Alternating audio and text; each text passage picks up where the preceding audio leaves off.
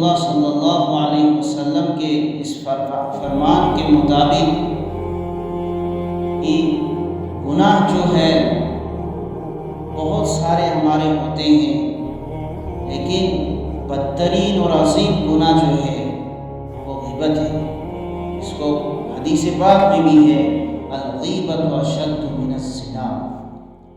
غیبت جو ہے وہ زنا سے بھی زیادہ سخت بہت بڑا گناہ ہے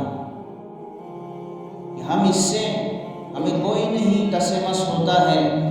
جس وقت ہم ایک دوسرے کے پیٹھ کے پیچھے تذکرے کرتے ہیں اور اس کی طرح طرح کی برائیاں بیان کرتے ہیں، ہمیں اس گناہ سے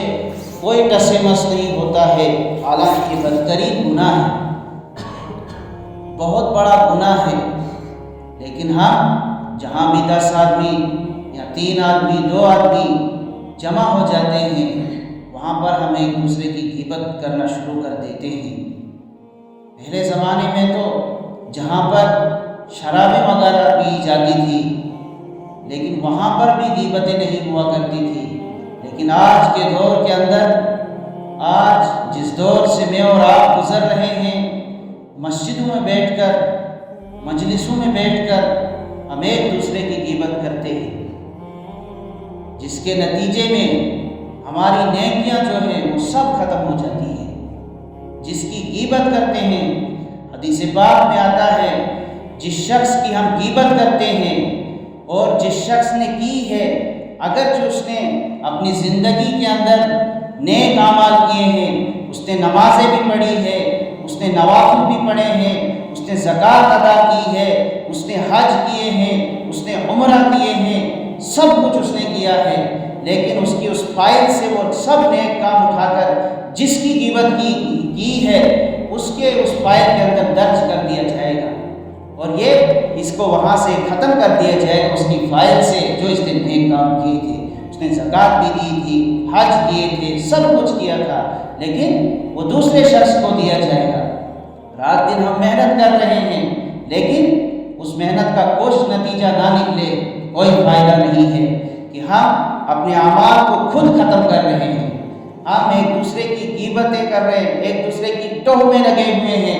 چغلیاں کرتے ہیں، جس کے نتیجے میں ہمارے جو اعمال، نیک عمل جو ہمارے ہوتے ہیں، وہ سب کے سب دوسرے کی فائل میں ایڈ ہو رہے ہیں۔ کل قیامت کے دن اس وقت جب انسان جائے گا اور وہ دیکھے گا، جس وقت ایمان والوں کو ہاتھ میں، ایک روایت کے اندر آتا ہے کہ جب نام اعمال دیا جائے گا ایمان والوں کو دائیں ہاتھ میں، اور کافر لوگ جو ہیں، بدکار لوگ ہیں، ان کو بائیں ہاتھ میں دیا جائے گا، لیکن ہر ایک کو پڑھنے کی اجازت ہوگی، ہر ایک اپنے نام اعمال کو پڑھے گا۔ جب اس کو کہا جائے گا اقرا کتابک، اپنے نام اعمال کو پڑھ لے، جو تو نے بلوغت سے لے کر مرتے دم تک جو تو نے کیا ہے، جو کچھ کیا ہے، وہ اس نام اعمال کے اندر لکھا ہوگا، اس فائل کے اندر سب کچھ ایڈ کیا ہوگا فرشتوں نے۔ لیکن یہ ایمان والا دیکھے گا اپنے نام اعمال کو،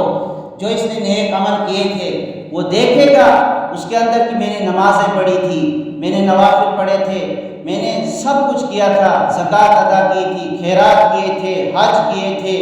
سب کچھ میں نے نیک عمل کیے تھے، لیکن یہاں پر مجھے نظر نہیں آ رہے ہیں۔ اللہ تعالیٰ سے فرمائیں گے کہ ان کو کیا ہو گیا، یہ کہاں گئے، میرے نیک عمل کہاں گئے؟ تو اللہ تبارک و تعالیٰ